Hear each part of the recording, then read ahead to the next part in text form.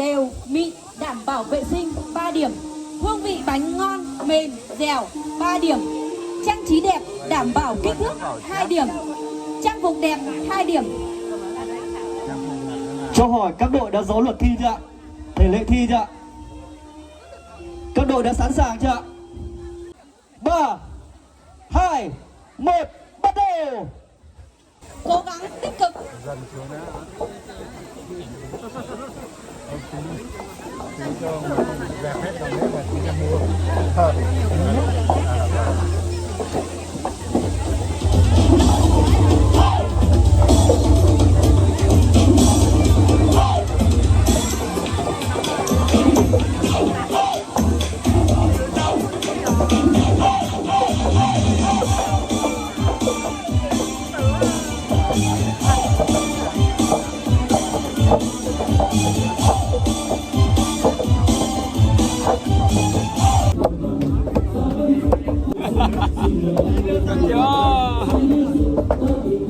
Đèn lầu nhớ lại túi chè sẽ chết rồi.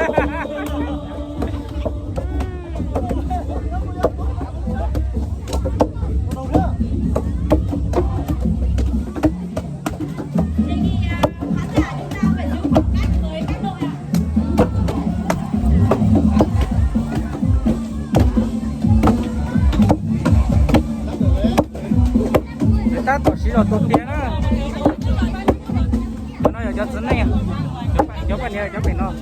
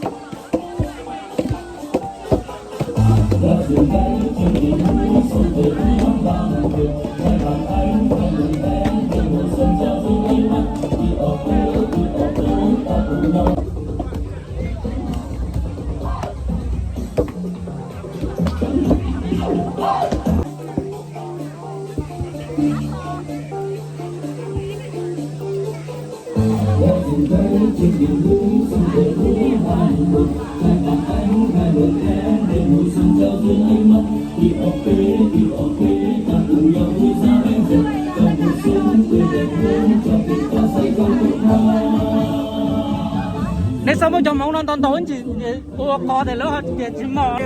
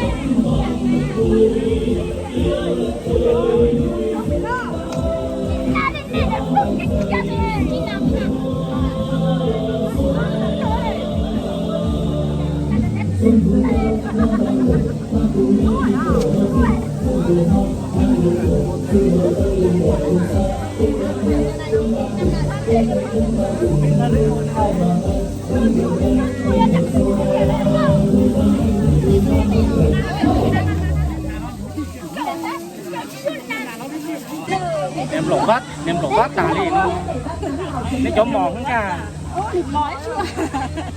Nói rồi như là lột bát.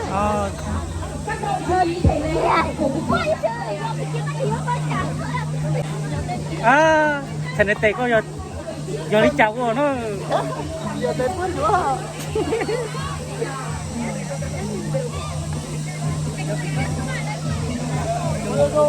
Có tổ công này mà, tôi nhớ.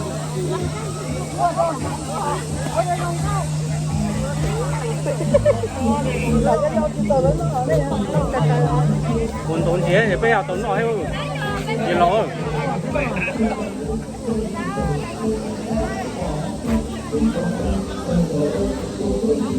Tiêu chí chấm điểm của phần thi ra bánh. Bánh là đẹp, đều, mịn và đảm bảo vệ sinh, được 3 điểm. Hương vị bánh ngon, mềm, dẻo, 3 điểm. Trang trí đẹp, đảm bảo kích thước 2 điểm. Trang phục đẹp 2 điểm.